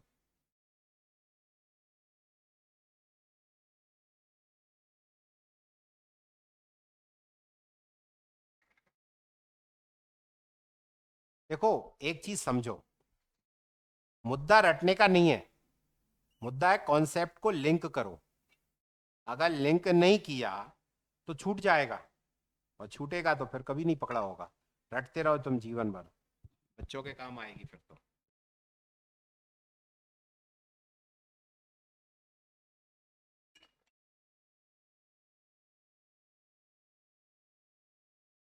आप लोगों ने रिवीजन नहीं किया। आप लोग सोचते हो कि आज लिख लिया, लिखा रहने दो, मजे आ रहे हैं, क्या करना है। निबंध कितनों ने मुझे भेज दिए, कितनों ने नहीं भेजे अभी तक, किसी ने नहीं भेजे। क्यों? लगा ठीक है, होगा निबंध कौन सा भी एग्जाम लेना है, कौन सा हमारा प्री निकल ही गया है। ये बकवास सोचे जब तक मन में बैठी रहेंगी तब तक कुछ नहीं हो सकता। जब तक ये नहीं सोचोगे कि मुझे इस बार मेंस निकालना है, इंटरव्यू निकालना है, तब तक कुछ नहीं होगा। सोचते रहो। चलिए, इस तरह के मैप आपको बाजार में मिल जाएंगे, एक एक दो दो रुपए में मिलते हैं ये मैप। इसमें ब्लैंक मैप भी आते हैं और फील्ड मैप भी आते हैं, बॉर्डर वाले। तो आपको क्या करना है, ये लेके आना है। तो बोले कौन से मैप लेके आना है? एक दो वर्ल्ड के ले आओ, बाकी इंडिया के ले आओ। वर्ल्ड में आप भर के देख लेना, आपने जो पढ़ा है वो आपको याद रहा कि नहीं, पेंसिल से भर के देख लेना, ठीक है ना। और एक लाइंस लाइंस बनी हुई हैं इसमें, लाइन वाइज में आप देख सकते हैं। तो ये आप घर पे लेके आना। एमपी के भी आते हैं इसमें, एमपी के भी आप लेके आना, एमपी भी ऐसी प्रैक्टिस करना। तो ज़्यादा मात्रा में इंडिया और एमपी के लेके आना, वर्ल्ड के दो तीन ही ले आना बहुत है। तो आपको क्या करना है, ये जैसे कंटिनेंट है, कंटिनेंट की इसमें बॉर्डर नहीं है, आप बॉर्डर वाले ले आना, उससे आपको भरने में आसानी होगी। तो बॉर्डर वाले लाके आप भर के देखना उसको। क्लियर है? ओके।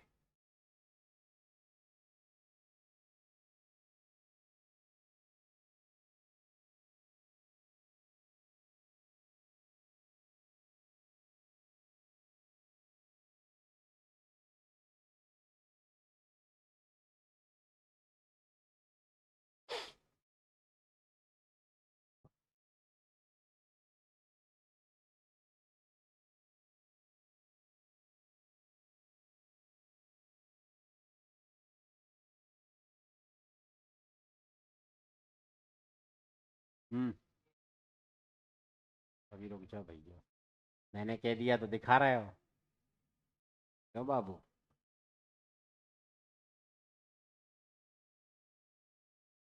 मैंने कहा तो दिखा रहे हो, अपने आप से तो नहीं आई। अपन ने अभी किस में देखे थे मैप, 2024 किसमें थे मैप? हम्म।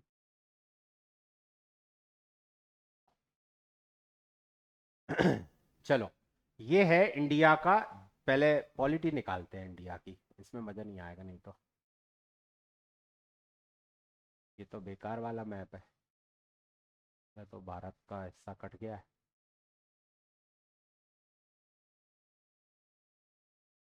ये रहा, ठीक है। इसमें क्या दिख रहा है? तो ये पॉलिटिकल मैप है, ठीक है। पॉलिटिकल मैप का मतलब होता है जिसमें कि आपकी राजधानियां या देश वगैरह जो है वो सब दिखते हैं, राज्य वगैरह वो सब दिखाई दे रहा है इसमें। तो गौर करने वाली बात है, इसमें हमें ओशियन पार्ट भी दिख रहा है। तो क्या क्या पढ़ना है हमें इसमें से? सबसे पहले तो आप ये देखिए कि कितना पार्ट जो है ओशियन से लगा हुआ है, कितने स्टेट बॉर्डर ओशियन से लगी हुई है, कितने की बिना उससे लगी हुई है, ठीक है।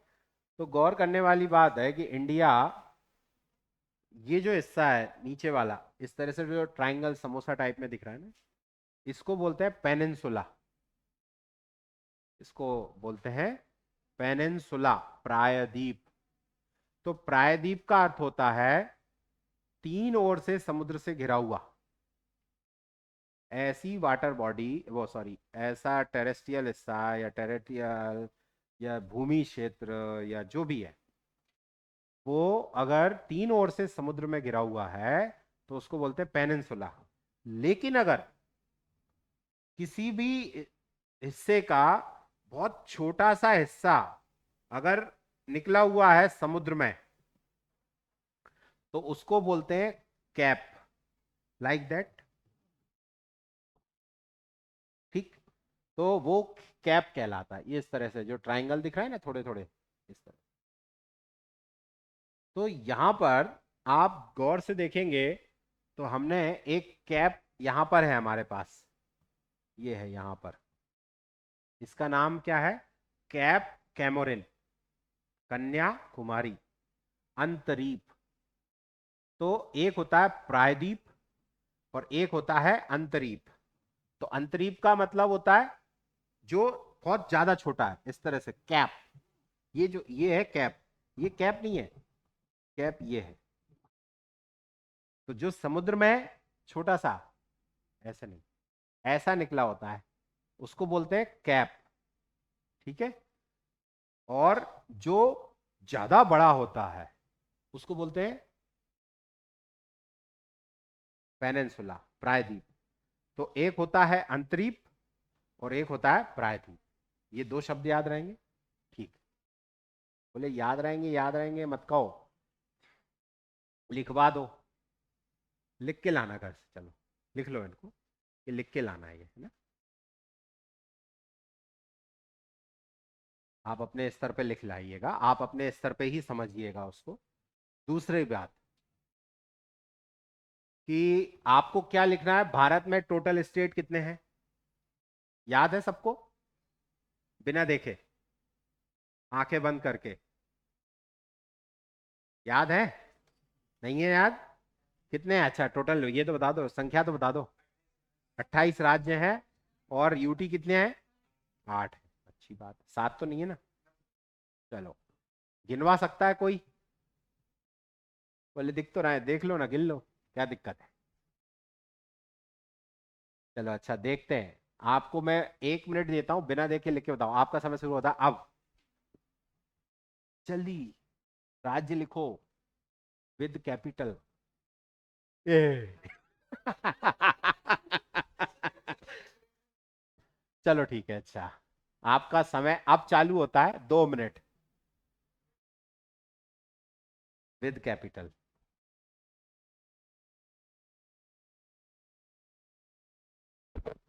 जितने याद है उतने लिखो, बिना देखे लिखना है बस।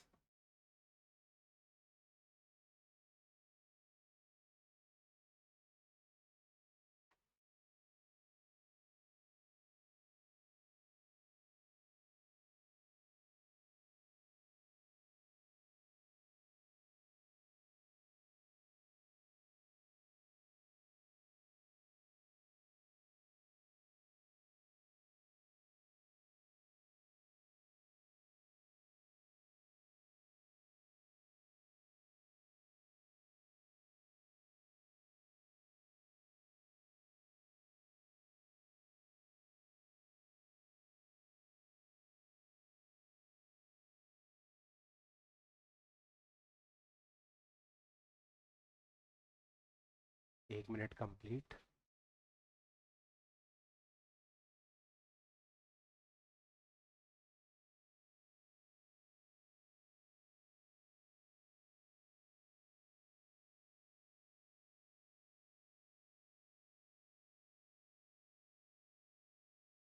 देख के नहीं।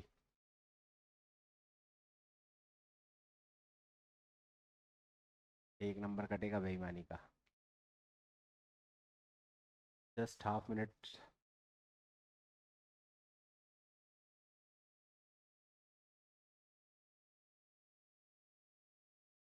15, 10,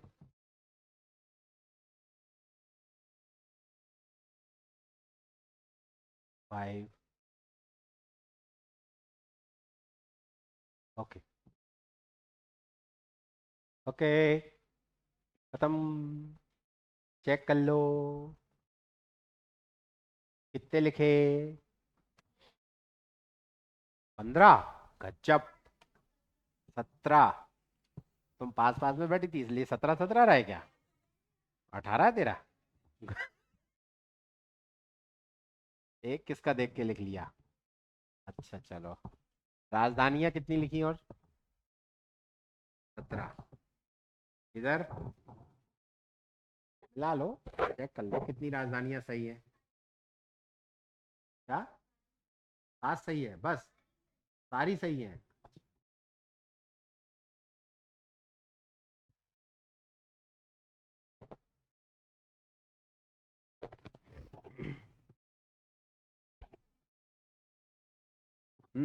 इधर कितने लिखे बिना राजधानी? सही कितनी है?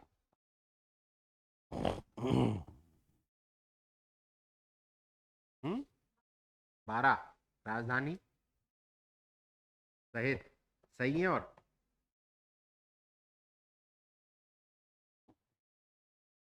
16 सही है। बढ़िया।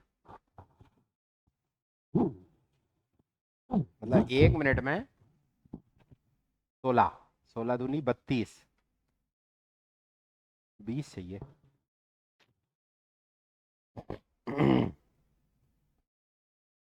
चलो, अब देखो लिखने का तरीका देखो। पहले तो गलती क्या करते हैं अपन, अटरम सटरम लिखते हैं, उल्टा सीधा लिखते हैं। क्रम से लिखोगे गड़बड़ नहीं होगा। बोले क्रम, बोले तो एक निश्चित दिशा से चालू करो और निश्चित दिशा तक पहुंच के खत्म करो, बीच बीच में भटको मत। कैसे? देखो, सबसे पहले चालू करो गुजरात से। बोले ये नियम है क्या? नहीं, नियम नहीं है, आपकी इच्छा है। आजकल गुजरात वाले भाइयों का जोड़ थोड़ा अच्छा चल रहा है, इसलिए लिख देते हैं, है ना। राजनीति प्रेरित नहीं है। आप चाहें तो पश्चिम बंगाल से भी लिख सकते हैं, भले ही कानून की स्थितियां अच्छी ना चल रही हो। ठीक है ना। चलो, तो सबसे पहला एक, दूसरा,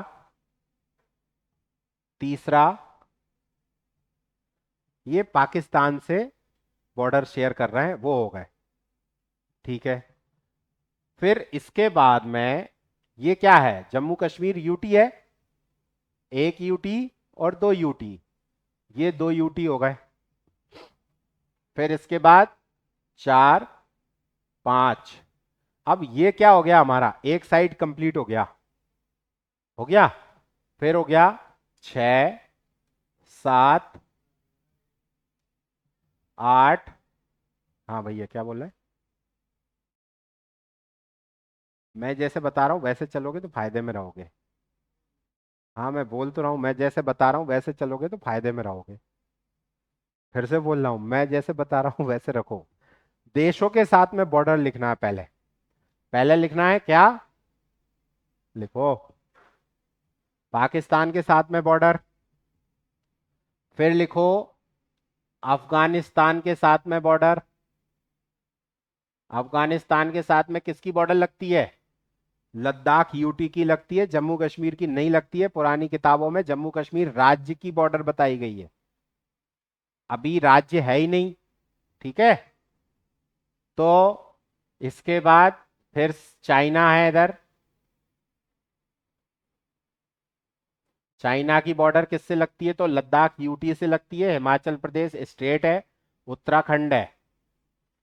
फिर इसके बाद नेपाल की बॉर्डर किससे लगती है? उत्तर प्रदेश से। नेपाल की बॉर्डर किससे लगती है? बिहार से। नेपाल की बॉर्डर किससे लगती है? सिक्किम से। नेपाल की बॉर्डर किससे लगती है? पश्चिम बंगाल से। याद रखना, इधर पे पश्चिम बंगाल से भी लगती है, सिक्किम से भी लगती है। जबकि यहां से अब दूसरा चालू हो गया एरिया। एरिया नंबर दूसरा, भूटान। भूटान की बॉर्डर सिक्किम से, और सिक्किम की बॉर्डर चाइना से। यानी कि सिक्किम एक ऐसा राज्य है जिसकी बॉर्डर 3 देशों से लगती है। ये अलग से लिख लेना, नक्शे में दिख रहा होगा आपको। फिर आता है भूटान, वो सॉरी भूटान बोल रहा हूं। फिर आता है अरुणाचल प्रदेश। अरुणाचल की किससे लग रही है? चाइना से और भूटान से। डबल डबल है ये सब, केवल पाकिस्तान से।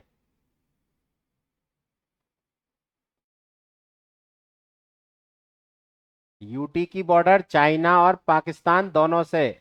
लद्दाख की, लद्दाख की बॉर्डर चाइना पाकिस्तान दोनों से, और सॉरी अफगानिस्तान से भी। तो एक यूटी ऐसा है लद्दाख जिसकी बॉर्डर 3 देशों से लगती है। ये लिख लेना, ये यहां पर है अफगानिस्तान। 116 किलोमीटर या 106 किलोमीटर, अलग अलग जगह अलग अलग है, 106 मान लेना। तो 106 सबसे छोटी बॉर्डर है। फिर इसके बाद चाइना से क्या हो गया, 1, 2 और 3, ये रहा। फिर ये 4 हो गया। 4 राज्य जो है वो इधर से चाइना से हो गए। लिख रहे हो ना, देश के हिसाब से लिखते जाना या राज्यों को क्रम से लिखते जाना, और उसके आगे ब्रैकेट बना के देश लिखते जाना, जैसे आपकी इच्छा हो। जी, वो यूटी है ना यार, पहले का डेटा था ये, अब नहीं है। फिर आइए इधर, ये क्या है, देश हमारा है वर्मा या म्यांमार। तो एक है ये अरुणाचल प्रदेश, फिर नागालैंड, मणिपुर, मिजोरम, और कोई नहीं। ये बॉर्डर देख रहे हैं आप यहां पर, ये जो बॉर्डर है ये बांग्लादेश की बॉर्डर है, ठीक है, ये वाली। तो बांग्लादेश की जो बॉर्डर है, इस बॉर्डर को अगर आप देखोगे तो ये इधर म्यांमार है और इधर पे बांग्लादेश है, जो त्रिपुरा बीच में फंसा हुआ है। तो त्रिपुरा की बॉर्डर किसी से नहीं लगती, किससे लगती है, केवल बांग्लादेश से, ठीक है। त्रिपुरा की बॉर्डर किसी से नहीं लगती, केवल बांग्लादेश से लगती है, अंदर ही है बांग्लादेश में पूरा।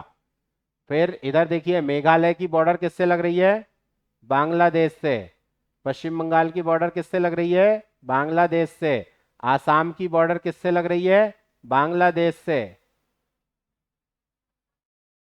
असम कहाँ है, ये रहा, एक इधर से लग रही है बॉर्डर, एक इधर से लग रही है। सबसे ज्यादा घुसपैठिए इसीलिए तो इधर जा रहे हैं, आसाम में, क्योंकि वो यहां से प्रवेश कर जाते, इधर से प्रवेश कर सकते। तो उत्तर से तो कम आते, इधर से ज्यादा जाते। हम्म, बांग्लादेश से, ये बांग्लादेशी तो है पूरा, ये इधर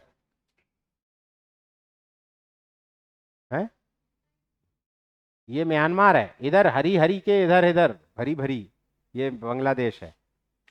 क्लियर है। चलो, ये कौन से देश हैं हमारे, जो कि भूमि से, जमीन से, लैंड से हमारी बॉर्डर शेयर करते हैं, जबकि दो हमारे, दो नहीं सॉरी 3 हमारे वाटर वाले नेबर भी हैं, पड़ोसी हमारे 3 हैं जो हमारे जल से सीमा साझा करते हैं। एक श्रीलंका, दूसरा वो सॉरी बांग्लादेश बोल रहा हूं, अंडमान निकोबार द्वीप समूह के जस्ट इधर से चालू होता है नीचे तरफ से इंडोनेशिया। आपको विश्वास नहीं होगा, लेकिन ये सही है, Indonesia also a neighbour of India. कहां से, अंडमान निकोबार द्वीप समूह के नीचे, सबसे नीचे जाना आप, निकोबार में, वहां पर मिलेगा ग्रेट चैनल, ग्रेट चैनल से जस्ट अलग हो रहा है। और इसके ठीक इधर नीचे जाओगे, केरल के इस तरफ नीचे जाओगे 0 डिग्री के, और आपको मिलेगा मालदीव, मालदीव। इधर 3 देश हैं, तो तीनों देश हमारे क्या हैं, नेबर हैं, जलीय, जलीय पड़ोसी हैं तीनों। कौन कौन से, मालदीव, श्रीलंका और इंडोनेशिया। क्लियर है। हाँ, अच्छा एसी ऑफ कर दें, गौर से देखिए, ये वही है जो वो वाला एसी चालू करवा रही थी।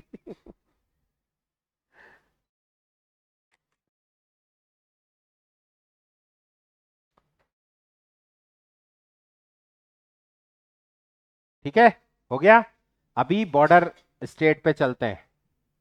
तो इधर वाला जो सागर है, मैंने आपसे कहा था हमारे वाटर बॉडी को हमने नाम दे रखा है देशों के अकॉर्डिंग।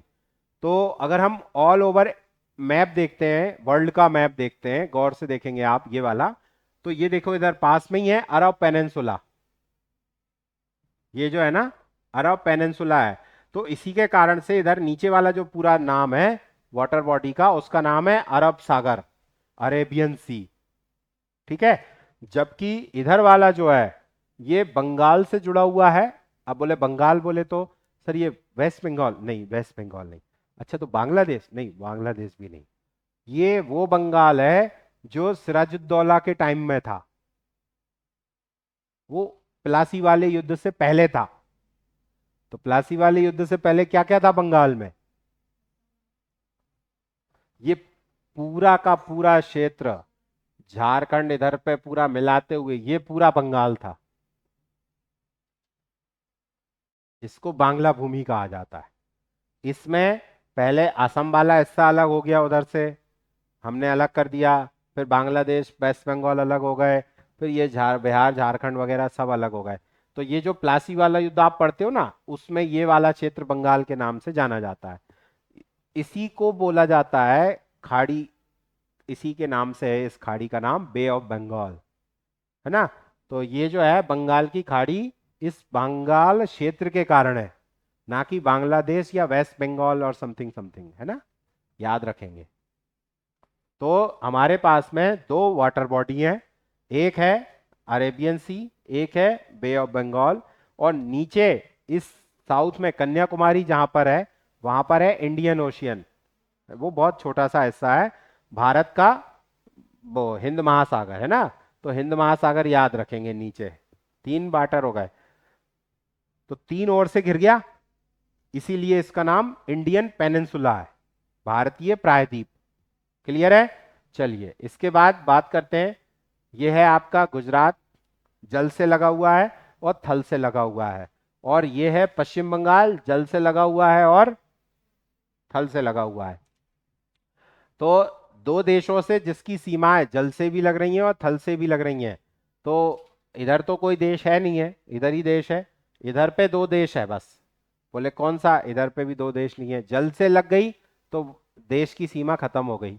तो यहाँ बंगाल देश, वो बांग्लादेश, और यहाँ पाकिस्तान। ये साउंड आ रहा है, इसको बंद करना जरा। अमित, अमित, अमित, अमित, नहीं सुन रहा।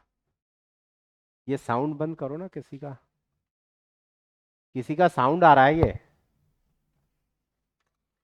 कोई अलग से बोल रहा है। महाराष्ट्र दो। अभी महाराष्ट्र में क्या चल रहा? समाचार सुन रहे हो ना?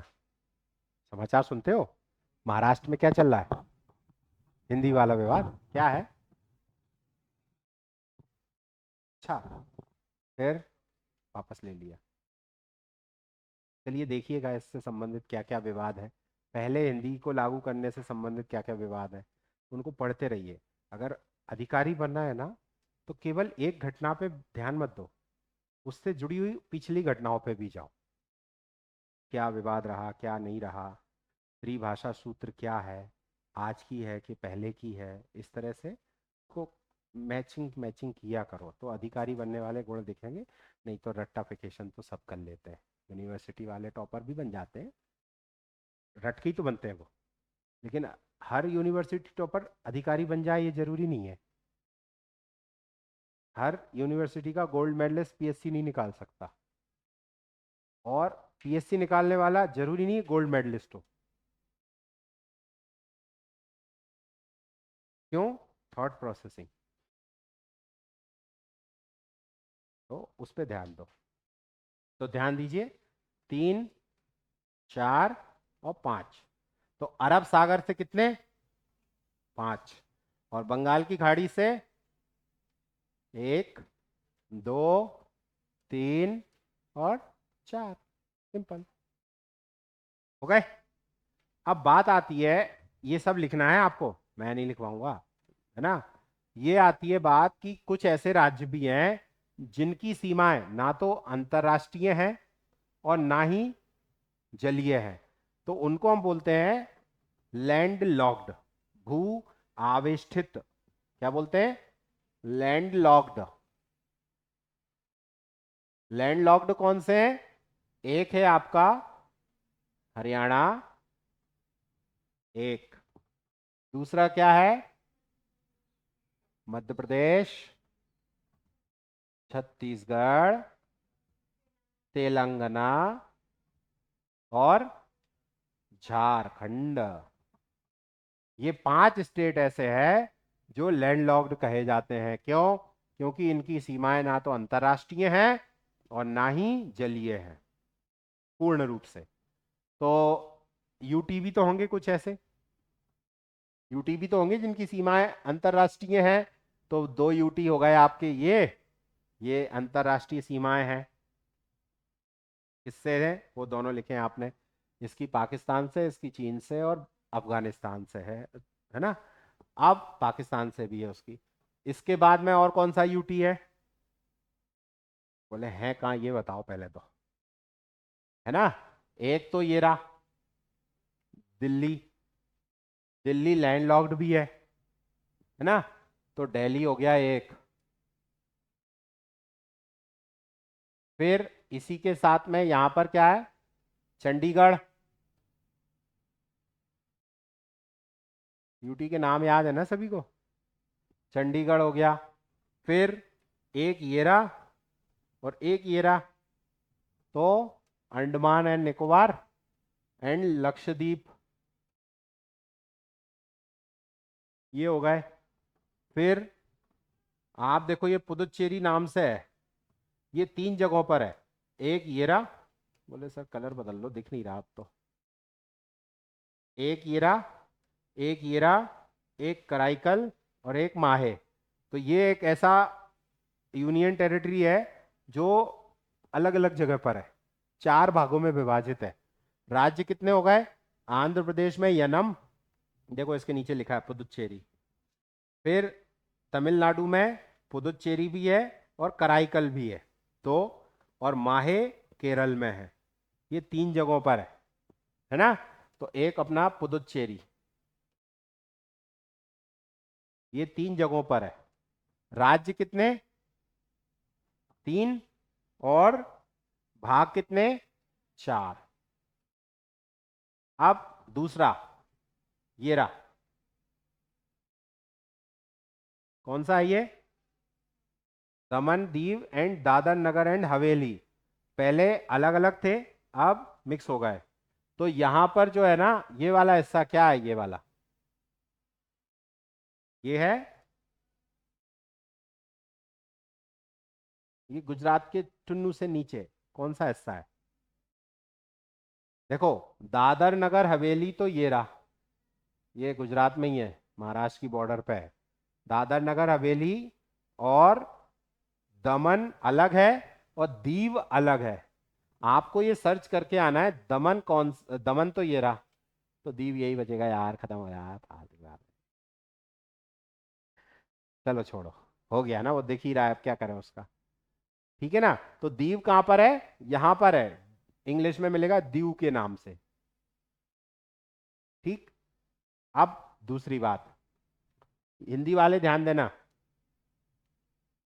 द्वीप और दीव, ये 2 अलग अलग शब्द हैं। जब बात होगी दमन एंड दीव की, तो ये है, और जब बात होगी लक्षद्वीप की, तो ये है। ये है आइलैंड, ये है दीव, ओनली दीव। क्लियर? जैसे जब हम बात करते हैं मालदीव, मालदीव कंट्री, तो ये रहा, ठीक है। और जब हम बात करते हैं महाद्वीप, तो ये रहा। हिंदी वाले विशेष रूप से पकड़ के रखना है इसको, नहीं तो गड़बड़ हो जाएगी। याद रहेगा सबको? क्लियर है? तो कल आप क्या क्या करके लाएंगे? राज्य बना के लाएंगे, फिर पानी वाले राज्य अलग, देश वाले राज्य अलग, राजधानी सबकी याद करके आना है आपको। इधर पे ये 7 सिस्टर्स हैं, सेवन सिस्टर्स क्यों कहते हैं? एक, ऐसे याद रखना आप, ये क्या है देखो आप, असम, असम की, देखो आप स्ट्रक्चर कैसा है, सेवन जैसा है ना, तो एक, दो, तीन, चार, पाँच और छ, ये, और खुद असम, असम भी तो खुद है, तो सात, ये सब असम से ही निकल के आए हैं, इसलिए सब सेवन सिस्टर्स कहे जाते हैं। सिक्किम इसमें नहीं है, क्योंकि सिक्किम दूसरा क्षेत्र था, उसने अपने आप को भारत को दिया है कि मेरे को रख लो, गोद ले लो मेरे को। ठीक है, चलिए खत्म करते हैं आज का। Thank you. और कुछ अलग से पूछना हो तो पूछ सकते हैं।